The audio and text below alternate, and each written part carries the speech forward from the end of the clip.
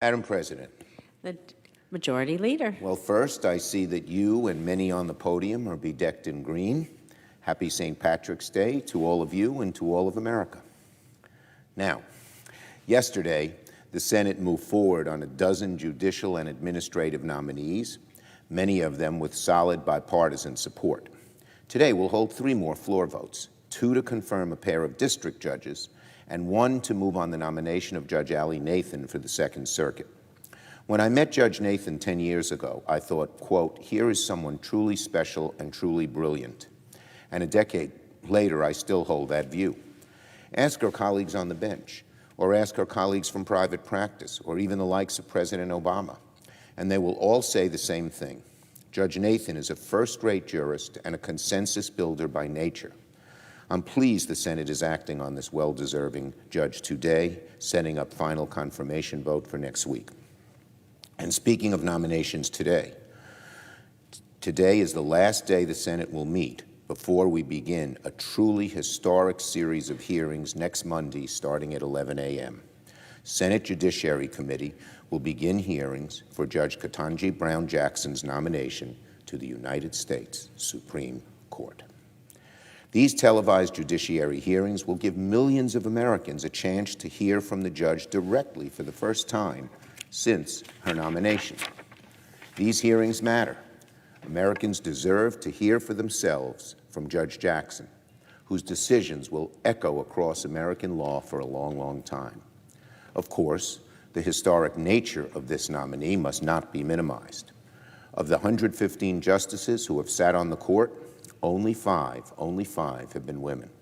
Only two have been African Americans, Justices Thurgood Marshall and Clarence Thomas.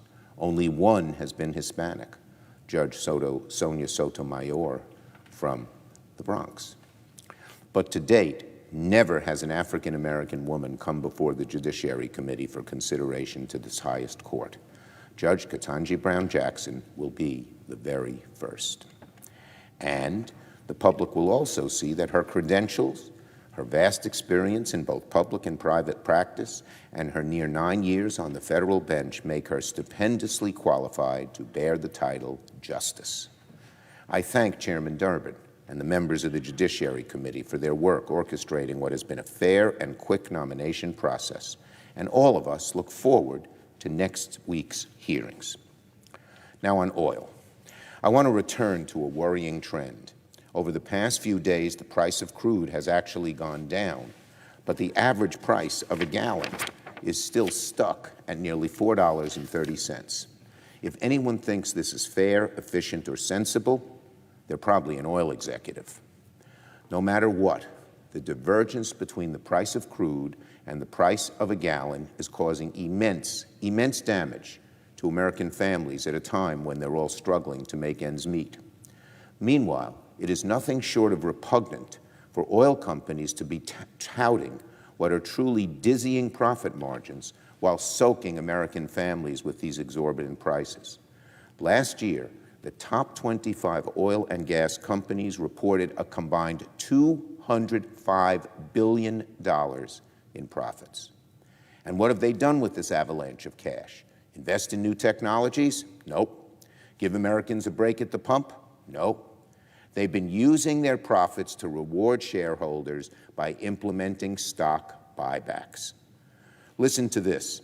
According to a recent Bloomberg report, in the 4th quarter of last year, oil and gas companies increased stock buybacks by over 2,000% from the previous year. 2,000%. And none of it to produce more energy or invest in new technologies. Just a massive windfall for shareholders. And their increase in stock buyback over the previous year is more than any other industry by quite a large margin. The Senate, I'm glad to say, is soon going to call executives from oil and gas companies to come testify and explain why they see fit to reward shareholders instead of finding ways to give Americans a break at the pump. And finally, on PNTR, on a final note, the House today is expected to vote on legislation revoking permanent normal trade relations with Russia. For weeks, members of the Senate, the House, and the White House have been working together to draft a strong and effective bill that will increase the pain on Putin's Russia and that our European allies will accept. To date, both parties, Democrat and Republican, remain united in sending Putin a clear message. His inhumane violence against the Ukrainian people will come at a crippling price.